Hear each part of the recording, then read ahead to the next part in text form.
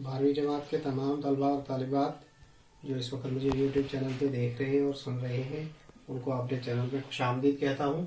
हमारा आज का टॉपिक जो है ये मुंशी प्रेमचंद का लिखा हुआ अफसाना गिल्ली डंडा है।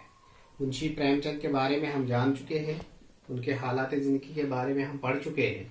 आइए अब हम उनकी ये कहानी जो है इसको पढ़ेंगे और इसका खुलासा जो है आपके सामने पेश किया जाएगा।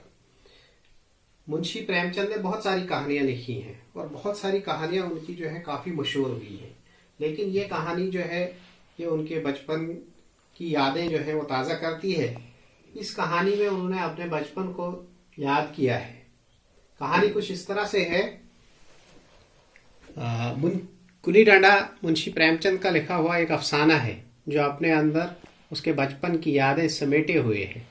इस कहानी में प्रेमचंद ने गिल्ली डंडा को अंग्रेजी खेलों के मुकाबले में सस्ता और बेहतरीन खेल बताया है, जिसमें ज्यादा सरमाया की जरूरत नहीं पड़ती है। मुसन्निफ के बचपन के दोस्तों में गया नाम का एक आदमी था।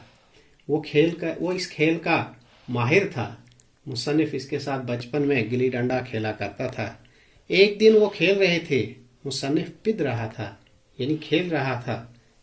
इसका मतलब यह है कि वो डंडे से गिल्ली को मार रहा था और गया पिदा रहा था, यानी वो फील्डिंग कर रहा था। जिस तरह क्रिकेट में फील्डिंग की जाती है उसी तरह वो फील्डिंग कर रहा था।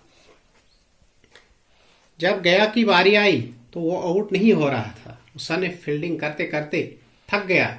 अब वो भागना चाहता था, लेकिन गया उसको भागने नहीं देता था। आखिरकार दोनों के दरमियान लड़ाई झगड़ा हुआ। गया ने मुसन्निफ को थप्पड़ मारा। वो रोने लगा। गया डर के भाग गया।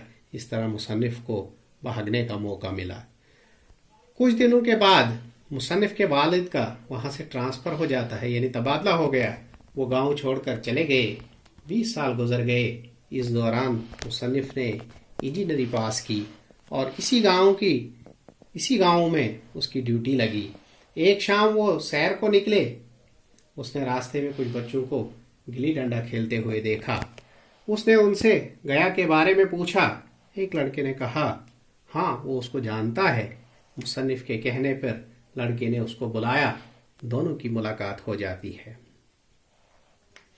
दोनों एक दूसरे का हाल पूछते हैं और हाल पूछने के बाद वो बचपन के इस खेल के बारे में भी बात करते हैं और एक दूसरे से पूछते हैं।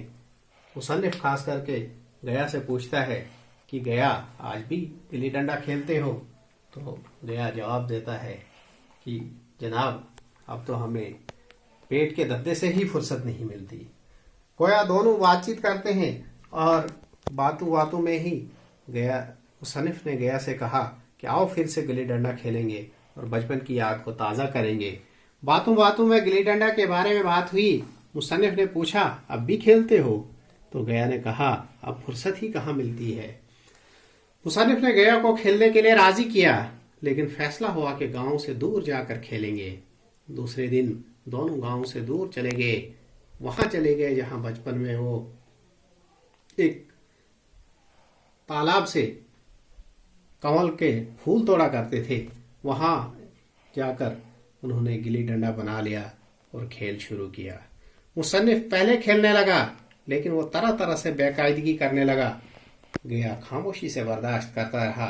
फिर गया की बारी आई, लेकिन वो जल्द ही आउट हो गया। वापसी पर जाते हुए गया ने मुसन्निफ से कहा कल यहाँ गिल्ली डंडे का मैच होगा, आप तमाशा देखने आना। दूसरे दिन मुसन्निफ ने जब गया का खेल देखा तो वो हैरान रह गया।